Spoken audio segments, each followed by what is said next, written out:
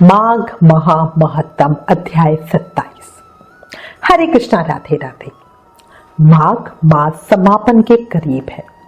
अंतिम 5 दिन रह गए हैं।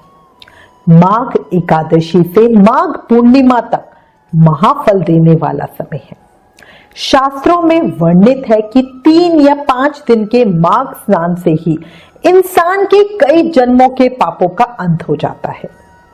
अब आज एकादशी के इस पवित्र पावन दिन श्री गणेश जी महाराज और अपने गुरुदेव को याद करते हुए माघ महत्तम का अध्याय 27।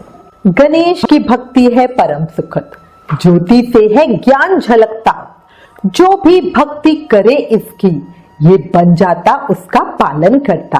बोलो गणेश जी महाराज की जय। बिना गुरु नहीं होता जीवन साकार, सर पर होता जब गुरु का हाथ, तभी बनता जीवन का सही आकार। गुरु ही है सफल जीवन का आधार। बोलो गुरुदेव महाराज की जय। कल माघ महा महत्तम के अध्याय 26 में ब्राह्मण कन्याएं जो यमराज के वरदान से वापस जीवित हुई थी, वो सबको नरक का वर्णन बता रही थी। अब आगे सबसे पहले कन्याएं बताती हैं कि पापी जीवों को मार्ग में क्या क्या यातनाएं दी जाती हैं। फिर जब दूत उन्हें यमराज के आगे उपस्थित करते हैं, उस समय उन पापी जीवों को यमराज भयानक रूप में दिखते हैं। उस समय भगवान यमराज और चित्रगुप्त उन पापियों को धर्मयुक्त वाक्यों से समझाते हुए बड़े जोर जोर से फटकारते हैं और कहते हैं, ओ खोटे कर्म करने वाले पापियों, तुमने दूसरों के धन हड़प लिए हैं और सुंदर रूप के घमंड में आकर पराई स्त्रियों के साथ व्यभिचार किया है। मनुष्य अपने आप जो कुछ कर्म करता है उसे वो स्वयं ही भोगने पड़ते हैं। फिर तुमने अपने ही भोगने के लिए इतने पाप कर्म क्यों किए और अब अपने कर्मों की आग में जल के इस समय तुम इतने दुखी क्यों हो रहे हो? भोगो अपने उन कर्मों को और इसमें दूसरे किसी का दोष नहीं। ये हम सबको भी याद रखना चाहिए। उसके बाद यमराज फिर कह रहे हैं, ये राजा लोग भी अपने भयंकर कर्मों से प्रेरित हो मेरे पास आए हैं। इन्हें अपनी खोटी बुद्धि और बल का बड़ा घमंड था। अरे ओ दुराचारी राजाओं, तुम लोग प्रजा का सर्वनाश करने वाले हो। अरे थोड़े समय तक रहने वाले राज्य के लिए तुमने इतने पाप क्यों किए? राज्य के लोभ में पड़कर मोहवश बलपूर्वक अन्याय से जो तुमने प्रजाजनों को दंड दिया है, इस समय उसका फल यहां भोगो। अब बताओ, कहां है वो राज्य और कहां गई वो रानी जिसके लिए तुमने इतने पाप कर्म किए थे? अब तो सब छोड़कर तुम अकेले ही यहां खड़े हो। यहां वो बल भी नहीं दिखाई देता जिससे तुम प्रजाओं का विध्वंस किया करते थे। इस समय यमदूतों की मार पड़ने पर कैसा लग रहा है? इस तरह नाना प्रकार के वचनों द्वारा यमराज के उल्हाना देने पर वो सभी राजा अपने अपने कर्मों को सोचते हुए चुपचाप खड़े हुए हैं। इस प्रकार राजाओं से धर्म की बात कहकर धर्मराज उनके पापों की शुद्धि के लिए अपने दूतों से इस प्रकार कहते हैं, ओ चंड, ओ महाचंड, तुम इन राजाओं को पकड़ के ले जाओ और नरक की आग में डालकर इन्हें पापों से शुद्ध करो। तब ये दूत उन राजाओं के पैर पकड़कर उन्हें बड़े वेग से आकाश में घुमाकर ऊपर फेंकते हैं। फिर पूरा बल लगाकर तपाई हुई शिला पर जोर से पटकते हैं। शिला पर गिरने से उनका शरीर चूर चूर हो जाता है। उसके बाद पाप की शुद्धि के लिए उन्हें नरक के समुद्र में डाल दिया जाता है। इस पृथ्वी के नीचे नरक की 28 कोटियां हैं। वे 7वें तल के अंत में भयंकर अंधकार के भीतर स्थित है। उनमें से पहली कोटि का नाम है घोरा, उसके नीचे सुघोरा, तीसरी अतिघोरा, चौथी महाघोरा और 5वीं कोटि घोरा रूपा है। कोटि का मतलब है लेवल, जिसको हम फ्लोर्स भी कह सकते हैं। छठी का नाम है तरल तारा, 7वीं का नाम भयानका, 8वीं कालरात्रि और 9वीं का नाम भयोत्कटा। उसके नीचे 10वीं कोटि चंडा है, उसके भी नीचे महाचंडा है। 12वीं का नाम चंड कोलाहला है। उसके बाद प्रचंडा, नरनायिका, कराला, विकराला और व्रजा है। 3 अन्य नरकों के साथ व्रजा की 20वीं संख्या है। इनके सिवा त्रिकोण, पंचकोण, सुदीर्घा, परिवतुला, सप्तभौमा, अष्टभौमा, दित्ता और माया, ये 8 और। इस प्रकार नरक की कुछ 28 कोटियां बताई गई हैं। अब इन कोटियों के 5-5 नायक हैं। जैसा पहले रौरव है, जहां देहधारी जीव रोते हैं। दूसरा महारौरव है, जिसकी पीड़ा से बड़े बड़े जीव भी बिलक बिलक कर रोते हैं। तीसरा तम, चौथा शीत और 5वां उष्ण है।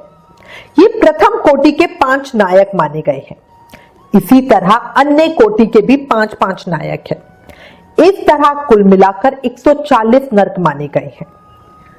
इन सब में पापी मनुष्य अपने अपने कर्मों के अनुसार डाले जाते हैं और जब तक भांति भांति की यातनाओं द्वारा उनके कर्मों का भोग समाप्त नहीं हो जाता, तब तक वे उसी में पड़े रहते हैं। जैसे स्वर्ण आदि धातु तब तक उसकी मैल ना जाए तब तक आग में तपाए जाते हैं, इसी प्रकार पापी मनुष्य भी पाप खत्म होने तक नरकों की आग में शुद्ध किए जाते हैं।